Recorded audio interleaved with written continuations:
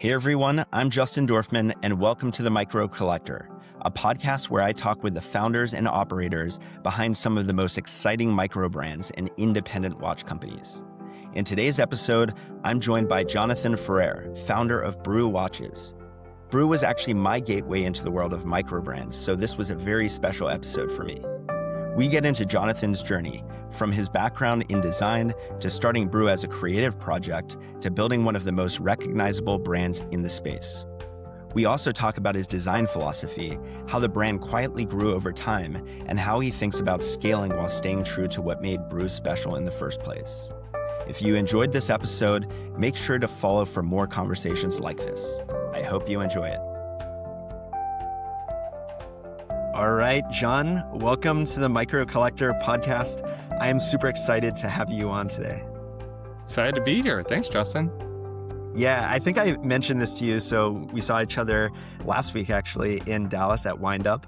And I stopped by your booth. And I think I mentioned to you that I have you and I guess Teddy as well to thank for, getting me into this space, into the microbrand space, pulling me down the rabbit hole, because it was Brew that was the original microbrand that I heard about and sort of fell in love with the Brew Metric. It's the first microbrand that I bought. And now I'm on this journey where I have, over 20 microbrands, and I'm, doing this podcast. So, in a way, you are where it all started. So I appreciate you taking the time to chat with me. That's awesome. Yeah, I think it's such as you would imagine, a rabbit hole. And what better way to fall into this than with the education of Teddy and then Brew as the catalyst? Yeah, absolutely. And, I was amazed last week, by the way, that was my first Wind Up. And to see that the ecosystem, I think that interview with Teddy was maybe like 7 years ago or something like that, right? So to see that now 3 days of a conference with people lined out the door, people that I saw that were wearing, microbrands, but also Rolexes and luxury brands that were extremely excited about the brands that were at the show.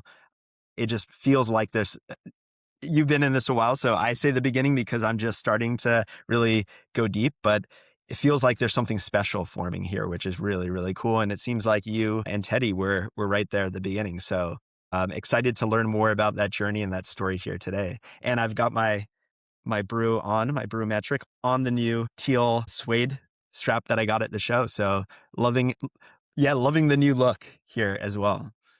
Looks great. Yeah, definitely wanted that tonal match. They definitely marry each other so well. So glad to see it.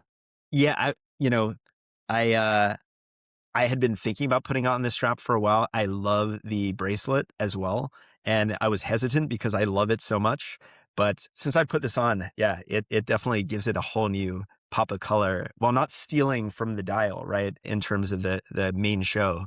So really, really loving it. But, I'm assuming people that are listening or watching this, they know of Brew. They're pretty familiar with the brand, but maybe they're not so familiar with you and your background. So maybe you can start by giving us a little bit about your background, your journey.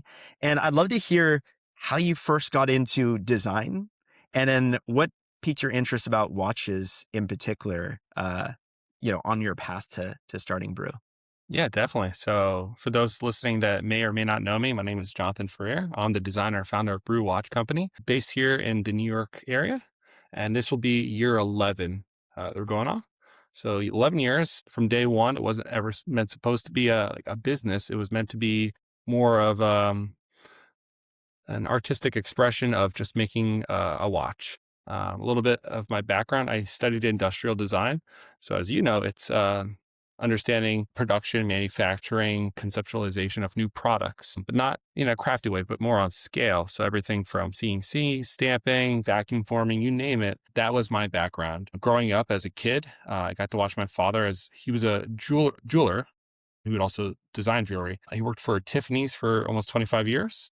And then before that, for other jewelers along the way, everything from setting stones, lost wax process, making different jewelry pieces. So going from seeing that to school where I learned more concept drawing, CAD work, 3D printing, mass production. Eventually, my first internship was at the Movado group when I was a junior in college.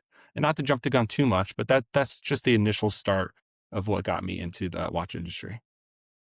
Was there something specifically about that opportunity at Movado that interested you, or did you have an interest in watches that kind of pulled you towards that internship, or was it through that internship where you approached it more from just a pure design perspective that you fell in love with watches in the watch industry? Because I've seen stuff more recently and learned that you aren't just the founder of a watch brand, but you're a collector yourself and you have an appreciation for the watch industry and watches in general. So was that prior to the internship or something that sort of blossomed out of that?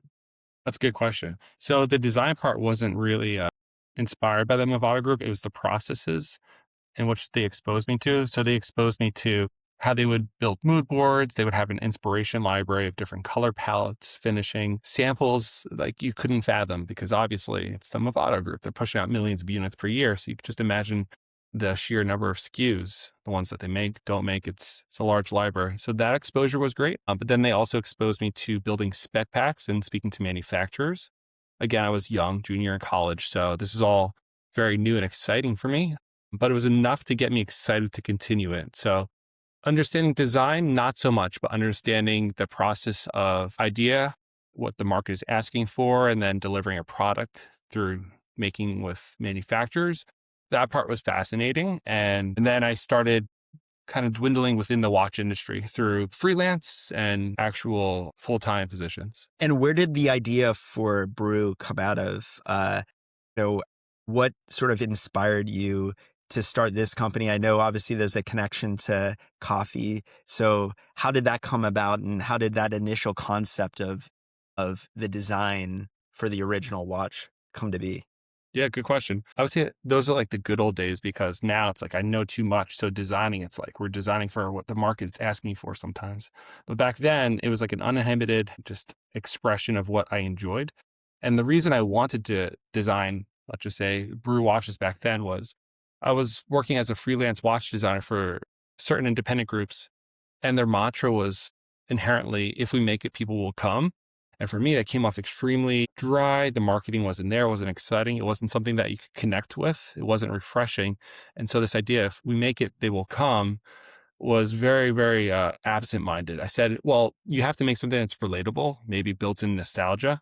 We were mentioning Fossil before. The Fossil group does a great job of, building nostalgia through their packaging, not necessarily always their watch, but their packaging definitely exhibits that. So I said, well, I enjoy my time in the cafe. I was designing watches in the cafe.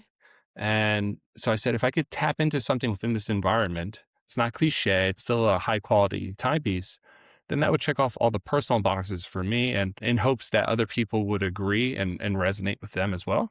And so, long story short, talked to a barista. He said he times shots of espresso. And instead of this ugly timer on his machine, if you could have it in a watch in a way that's wearable for your everyday person, that might be something special. Yeah, and tell me about that first watch because as I think about Brew, I think your sort of launch pad, let's say, was the Brew Metric, but I revisited the Teddy video, the interview from 7 years ago, and I was reminded that there was actually a design before the Brew Metric that was a little bit different. What was the name of that model, by the way? And maybe you can tell us a little bit about that watch and the process of getting that from early design to functional watch that you could wear on the wrist. Yeah, so there was actually a few watches before that video of Teddy. And that just goes to show before you really make it through the grapevine of press and social media, you're kind of an unknown. And so I had many models before then. I had a 44 millimeter cushion case, very large, almost obtrusive. And I called it the special blend. It was inspired by espresso machine, industrial components. It was like this big, hefty watch. It was pretty cool. It was two pieces, PVD rose gold on top, PVD black on the bottom. Very, not the most, I would say, not the most efficient to manufacture because there's multiple undercuts. There was pieces sandwiched together. It doesn't make it the most waterproof, resistant over time. When you design and manufacture things, these are things you think about long term. Back then, it was more just an expression, right? It was an art piece. And then after that, 2 years later, I had what was called the HP1, like high pressure. It was like a pressure gauge with a pressure needle. And this all stemmed because I wanted to, again, have that art piece. And so I didn't have money. I only had like $1,000 in the bank, right? So I had just enough to make a sample, made a Kickstarter, and essentially used that sample to sell units, pre-order, and those units went to the next collection and so forth. So, it was original, just $1,000 sample, and then just onward and upward for the past decade. I remember looking at that watch in that video, and there was like a little window in the back to look at the movement. So it seemed like very early on you did have some influences from, espresso makers and things like that, little details in there. Were there also any design influences outside of coffee? Like, do you have any design heroes that you have looked up to, or products that are heroes for you that maybe influenced those early models and even your models today? Yeah, so a little porthole in the back that would show the balance wheel, that was inspired by the sight glass that you would see like a coffee roaster. So kind of peek in, see the coffee beans, whether they're at the right roast temp and timing. So I said, all right, that would be a good correlation there. And what I noticed back then was I enjoyed these Easter eggs, right? So when you see it, you enjoy it. You're not sure why, but when you do the storytelling, which is the marketing that I thought was missing in the world, it's these aha moments of these Easter eggs. And with watches, you can't beat a person over the head and say, this is the coffee watch. But find clever little details to do the storytelling, whether you could see it one to one through these comparative twists through your marketing storytelling, or if people just figure it out on their own. I think those are exciting little nuances that keep them, one, coming to you to purchase your watches, but the two, more importantly, keeps them enjoying it for years to come, because there's, countless watches in the world. Yeah, if you're going to produce something in a super saturated market, it better have, of course, a good story, but some good reason why you're spending years making this, and countless finances to push this forward. And tell me about then the path to the Brew Metric, right? So you talked about these early models. The Brew Metric, I think, if I'm not mistaken, was sort of that, turning point where things really started to take off. And from my perspective as a collector and an enthusiast, I started to see brew everywhere. It really caught my attention. I started to get really interested in the company and the watch. How did you sort of get there, right? What was that path? And what do you think it was about that model that stood out? Again, as you said, there's so many watches out there. What was it that resonated with people out there that sort of pulled you onto the scene from the Brew Metric? Yeah, so when you're designing a watch, I think it's important for a few things. You can't be so derivative that this is a Speedmaster with a different colored dial. People will sniff that out, and immediately you're dead in the water before you've even begun. So there's also something really special about being familiar. So familiar equals nostalgia in my case, and nostalgia equals approachable and comfort, and eventually wearing and therefore. So we used to have these exercises back in middle school where we would take different characters, whether it was like a Bart Simpson and a Mark Simpson, and we would take two very separate characters and we would find ways to blend them together. And you would just through different phases find the character or the phase that you enjoyed the most. And you would make a big painting of it. And so I think for my process is when I'm trying to get that nostalgic chord, you can't create something so radically new because it's alien. People won't approach it. They're going to find that it's very a strange object that they don't want to wear. These watches are very intimate. So I use this exercise of finding, let's say, the era I'm looking for, 1960s, 1970s, and I'll look at different watches. I'll look at different clocks or different car components and find ways to create that same exercise of blending objects with their rightful cues in a balanced way to create something that's familiar, but people don't know. And realistically, they don't know what I'm blending, but they know they may or may not like it. And so that's kind of my duty behind the scenes of doing this blending exercise, so to speak. I could totally see that in the watch, right? Because I think that's the reaction I had to it, where I was like, it felt familiar, but it was different, right? And it was unique in a way. This case shape, I think in particular, was something that felt familiar and nostalgic, but the colors that you brought through was sort of the new twist on it for me. And what I loved about the colors as well was that it wasn't overdone. It wasn't in your face, right? It was It's funny because I think I mentioned to you a lot of people that I show my collection to actually point out the Brew Metric. That's like the consistent one where people are like, what's that watch, right? Or when I'm wearing the Brew Metric, people are like, hey, even if I'm not talking about watches with them, they're like, hey, what watch is that? And when I show it to them, they say, wow, the first thing they say is, I love the colors on that watch. And I actually didn't think about it as a colorful watch when I first bought it. At one point, I actually was looking at some of your more colorful models or dials, let's say, and I was going between the two, and I was like, I like color, right? I like something that stands out. I'm like, should I go for something like this? And I ended up going for the retro dial. Um, but I feel like people still see it as a colorful watch. But I think what's really nice about it is it's like this balance, right? Where it's the colors are there, but it's not overdone. It's not in your face. So again, yeah, totally see where you're coming from in terms of like that nostalgia and that shape that is familiar, but also these colors that sort of catch your eye and make you look twice and make you say, this is something that's actually a little bit different. I guess when was the moment for you where you realized that this was really something, right? That like it was resonating, it was taking off, and that this was, a lot of people, I don't know if you see it this way because you're living it day to day, but look at Brew and they're like, this is a poster child for the microbrand space. This is what can happen.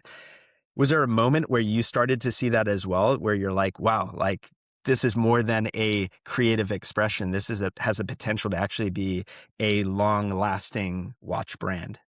Well, two answers to this. I think, when did I find that this was something significant for myself?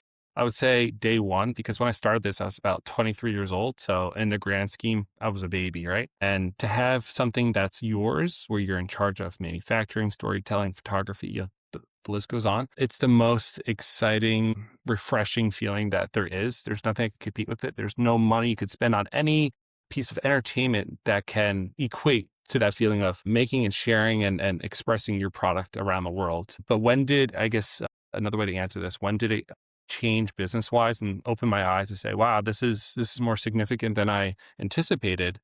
I would say it was in 2020, so 5 years into the business. Just after COVID, people were on their phones much more.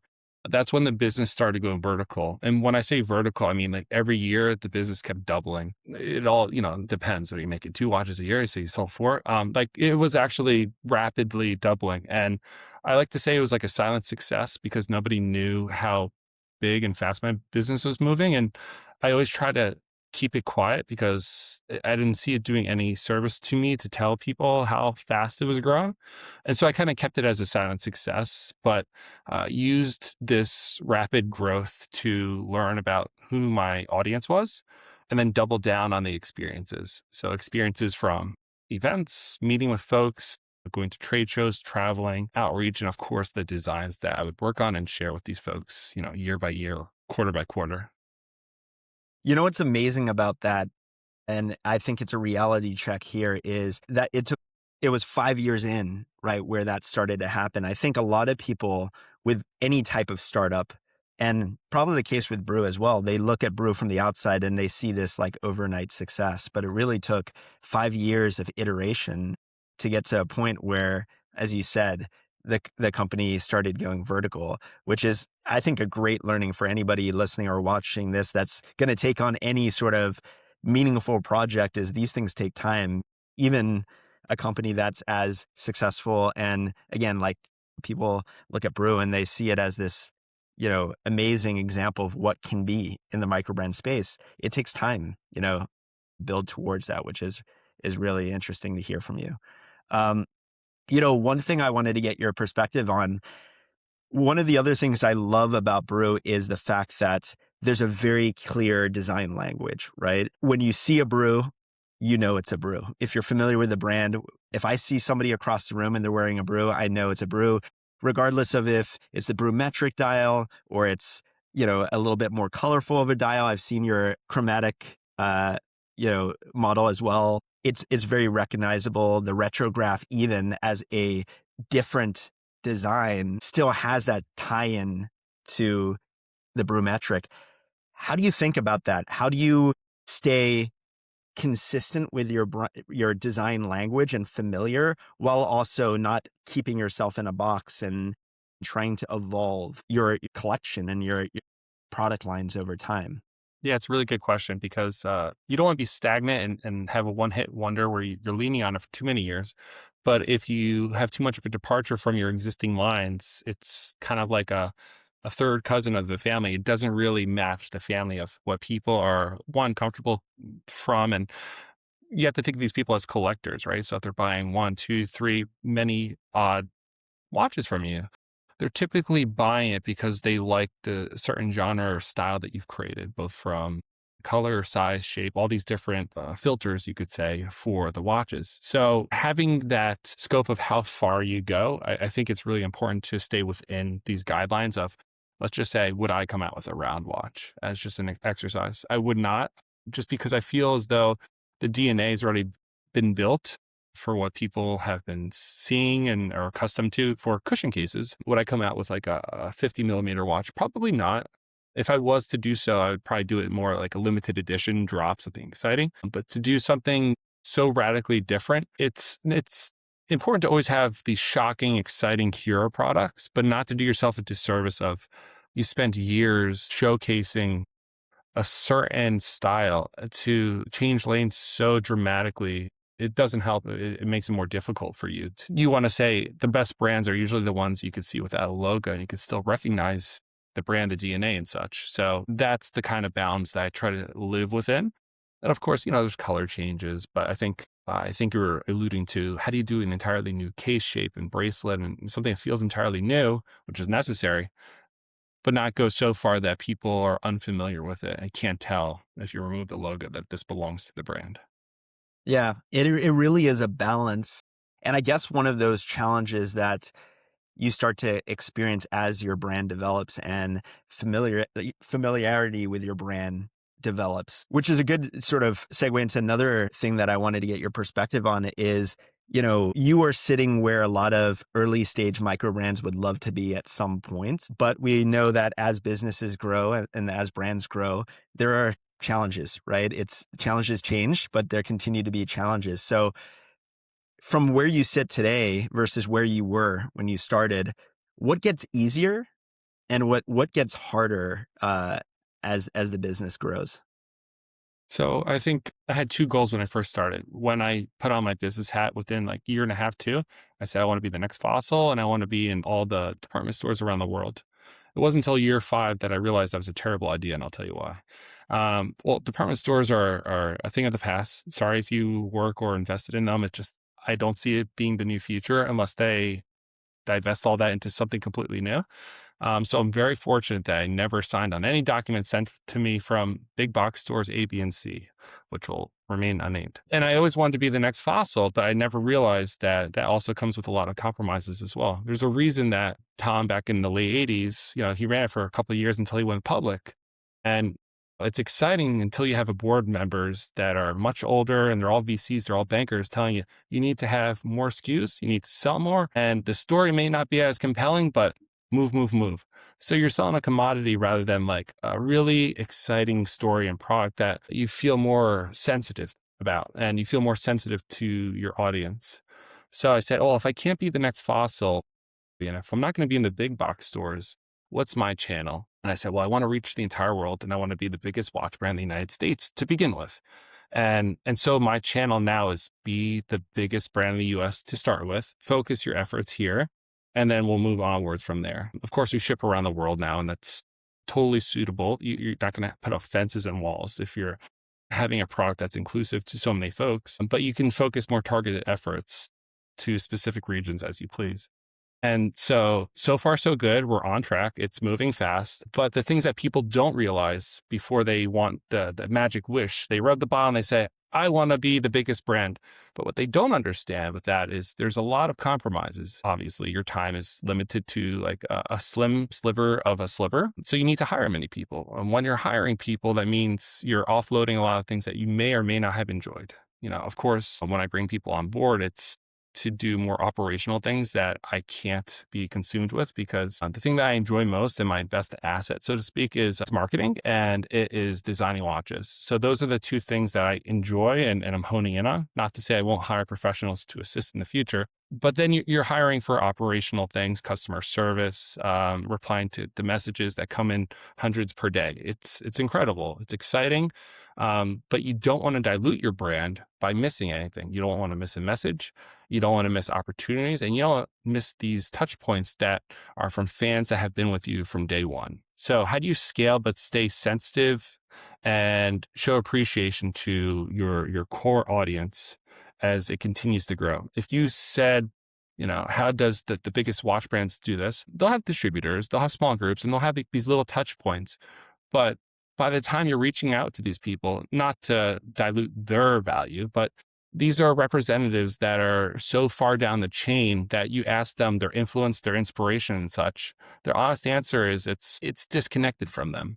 And so we'll see, to be as connected as possible with the growth that we're experiencing. And it's just, it's moving faster. And, when you have great sales comes great, how do you say, the chaos can be there. And that's everything from customer service, return servicing. So you may say, well, you're selling more watches than you ever have in the entire industry. Well, that's fantastic.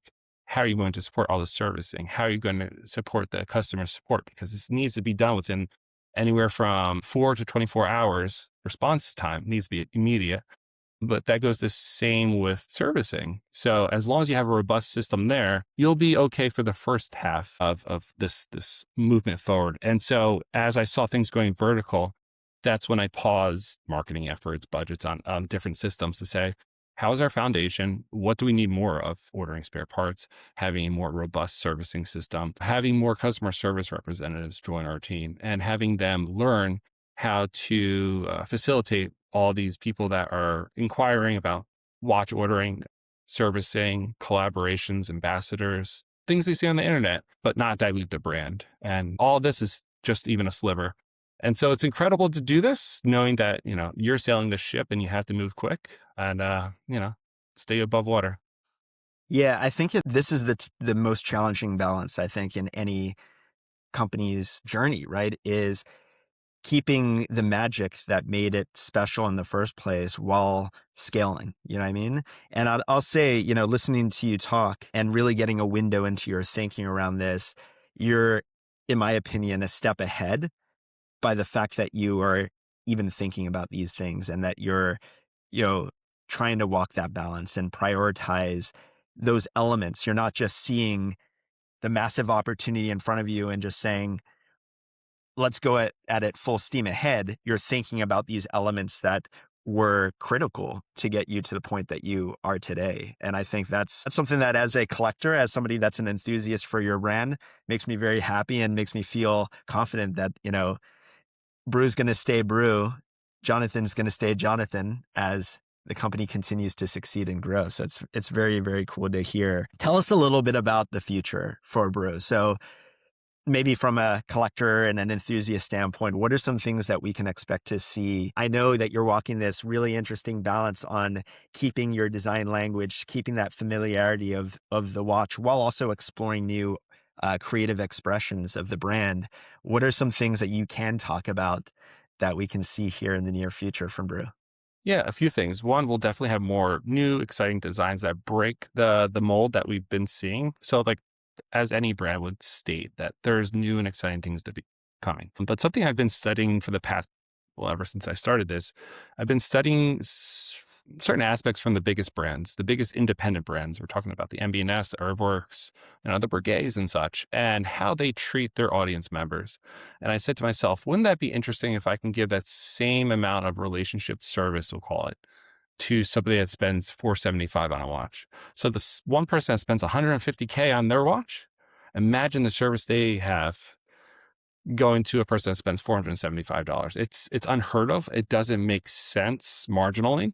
But that's what I'm working on. And the way that I'm going to do that, there's going to be more or less breakout rooms where we can have these discussions, where we could talk about new and upcoming designs, where audience members can have influence on certain limited editions, maybe. And giving that hands-on approach, which I think we both mentioned, where it's like, you're not forgetting your roots, you're not forgetting your core audience that brought you to this place. If anything, you're putting them to work now because you're asking them their thoughts. They're becoming an organic focus group because they show real interest. Because in the end, it's rewarding for everyone. We can make designs, we can make new watches, and it's influenced by people's interests. Now, are they steering the ship 100%? No, but are they giving good hints at what may be on both sides of what they share and what I receive? Absolutely. And what a time to be alive, where you can be a audience member from anywhere in the world and know that maybe if you just share some of your thoughts, there's an actual comment box that gets read, and that informs future designs. I think that's the greatest thing. I could never do that with a Swatch group, name XYZ brand, because it's too difficult to get through that chain of command. And also there's too many board members. It's a yes or a no. It's usually no. But here we have open minds. And so taking that exclusivity, that quote unquote luxury that you would get with spending six figures or more on a watch, getting that for, a few $100s is what I'm working on.